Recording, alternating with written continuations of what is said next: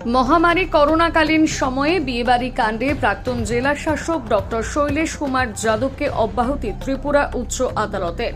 Corona মহামারীর দ্বিতীয় পর্যায় শুরুতে 2021 সালের এপ্রিল মাসের 26 তারিখ ছোট্ট পার্বত্য ত্রিপুরার রাজধানী আগরতলা দুটো বিয়েবাড়িতে হেনস্থার অভিযোগ পশ্চিম ত্রিপুরা জেলার প্রাক্তন জেলা শাসক ডক্টর শৈলেশ কুমার যাদবকে 3টি রিট মামলায় অব্যাহতি দিয়েছে ত্রিপুরা উচ্চ আদালত। প্রাক্তন জেলা শাসক ডক্টর শৈলেশ কুমার যাদবের আইনজীবী সম্রাট কর ভৌমিক সাংবাদিকদের জানিয়েছে, 2021 সালে মহামারী করোনার বিধিনিষেধ চলাকালীন তৎকালীন পশ্চিম ত্রিপুরা জেলার জেলা শাসক হিসেবে তারা মক্কেল ডক্টর শৈলেশ কুমার যাদব আগরতলায় দুটি বিয়ে বাড়িতে প্রয়োজনীয় ব্যবস্থা নিয়েছিলেন।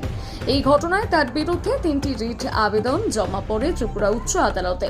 বেশ কিছুদিন শুনানির পর 3টি রিট মামলা থেকে পশ্চিম ত্রিপুরা জেলার প্রাক্তন জেলা শাসক ডক্টর শৈলেশ কুমার যাদবকে অব্যাহতি দেন ত্রিপুরা উচ্চ আদালতের প্রধান বিচারপতি অপরেশ কুমার সিং এবং বিচারপতি অরিন্দম রুধের ডিভিশন বেঞ্চ।